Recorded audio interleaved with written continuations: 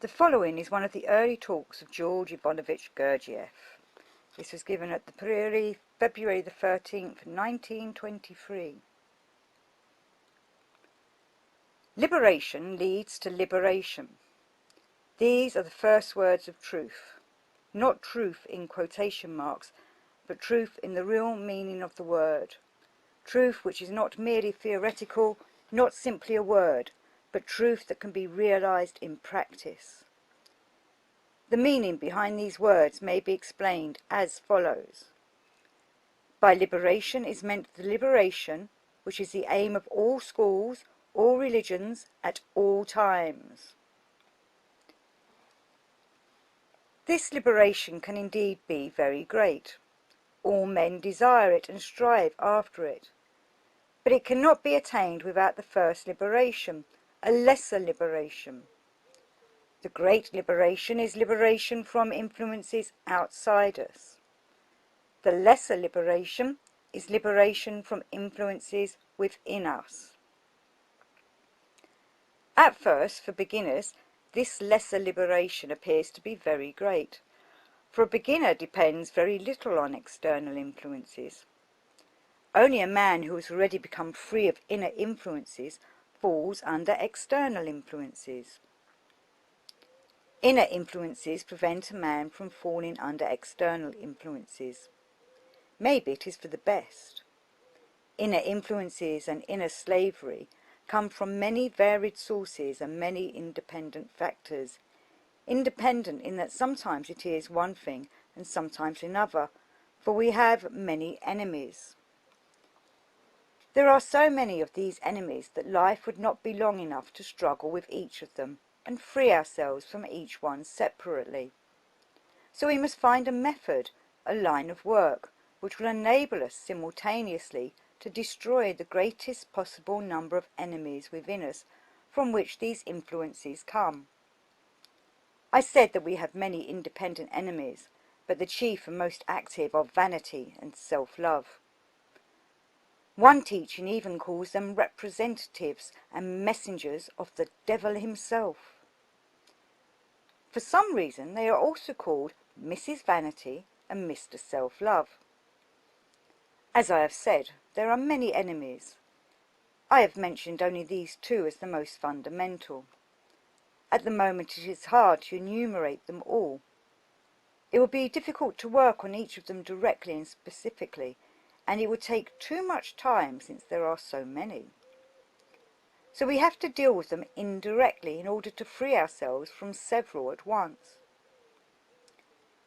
These representatives of the devil stand unceasingly at the threshold which separates us from the outside and prevent not only good but also bad external influences from entering.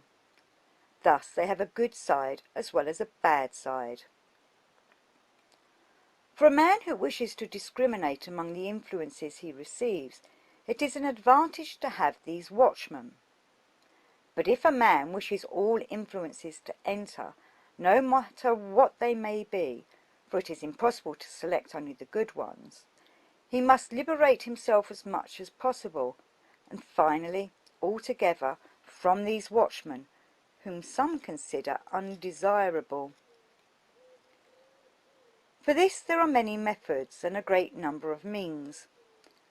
Personally, I would advise you to try freeing yourselves and to do so without unnecessary theorizing, by simple reasoning, active reasoning with yourselves. Through active reasoning this is possible, but if anyone does not succeed, if he fails to do so by this method, there are no other means for what is to follow. Take, for instance, self-love, which occupies almost half of our life and half of our time.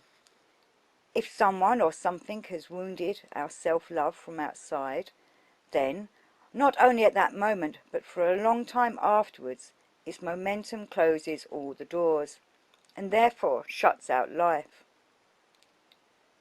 When I am connected with outside, I live. If I live only inside myself, it is not life, but everybody lives thus. When I examine myself, I connect myself with the outside. For instance, now I sit here. M is here and also K. We live together. M called me a fool. I am offended. K gave me a scornful look. I am offended. I consider. I am hurt and shall not calm down and come to myself for a long time. All people are so affected. All have similar experiences the whole time. One experience subsides, but no sooner has it subsided than another of the same nature starts. Our machine is so arranged that there are no separate places where different things can be experienced simultaneously. We have only one place for our psychic experiences. And so if this place is occupied with such experiences as these, there can be no question of our having the experiences we desire. And if certain attainments or liberations are supposed to bring us to certain experiences, they will not do so if things remain as they are. M called me a fool. Why should I be offended? Such things do not hurt me, so I don't take offence, not because I have no self-love. Maybe I have more self-love than anyone here. Maybe it is this very self-love that does not let me be offended. I think, I reason in a way exactly the reverse of the usual way. He called me a fool. Must he necessarily be wise? He himself may be a fool or a lunatic. One cannot demand wisdom from a child. I cannot expect wisdom from him. His reasoning was foolish. Either someone has said something to him about me, or he has formed his own foolish opinion that I am a fool, so much the worse for him. I know that I am not a fool, so it does not offend me. If a fool has called me a fool, I am not affected inside. But if in a given instance I was a fool and am called a fool, I am not hurt, because my task is not to be a fool. I assume this to be everyone's aim. So he reminds me, helps me to realize that I am a fool and acted foolishly. I shall think about it and perhaps not act foolishly next time. So, in either case, I am not hurt. K gave me a scornful look. It does not offend me. On the contrary, I feel sorry for him because of the dirty look he gave me. For a dirty look must have a reason behind it. Can he have such a reason? I know myself. I can judge from my knowledge of myself. He gave me a dirty look. Possibly someone had told him something that made him form a bad opinion of me. I am sorry for him because he is so much a slave that he looks at me through other people's eyes. This proves that he is not. He is a slave, and so he cannot hurt me. I say all this as an example of reasoning. Actually, the secret and the cause of all such things lies in the fact that we do not possess ourselves, nor do we possess genuine self-love. Self-love is a great thing. If we consider self-love, as we generally understand it, as reprehensible, then it follows that true self-love, which, unfortunately, we do not possess, is desirable and necessary.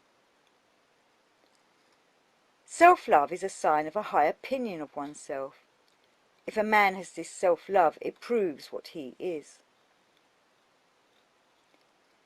As we have said earlier, self-love is a representative of the devil. It is our chief enemy, the main brake to our aspirations and our achievements. Self-love is the principal weapon of the representative of hell. But self-love is an attribute of the soul. By self-love, one can discern the spirit. Self-love indicates and proves that a given man is a particle of heaven. Self-love is I. I is God. Therefore it is desirable to have self-love. Self-love is hell and self-love is heaven. These two, bearing the same name, are outwardly alike, but totally different and opposite to one another in essence. But if we look superficially, we can go on looking throughout our whole life without ever distinguishing the one from the other. There exists a saying, "He who has self-love is halfway to freedom." Yet among those sitting here, everyone is full to overflowing with self-love. And in spite of the fact that we are full to the brim with self-love, we have not yet attained one tiny bit of freedom. Our aim must be to have self-love.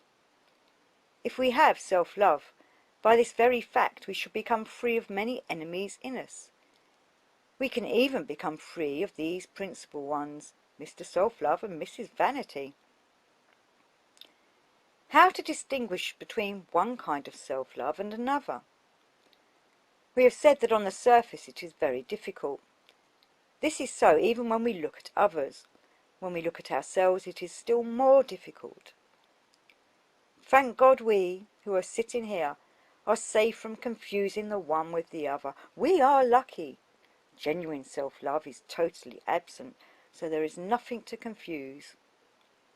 In the beginning of the lecture I used the words active reasoning. Active reasoning is learned by practice.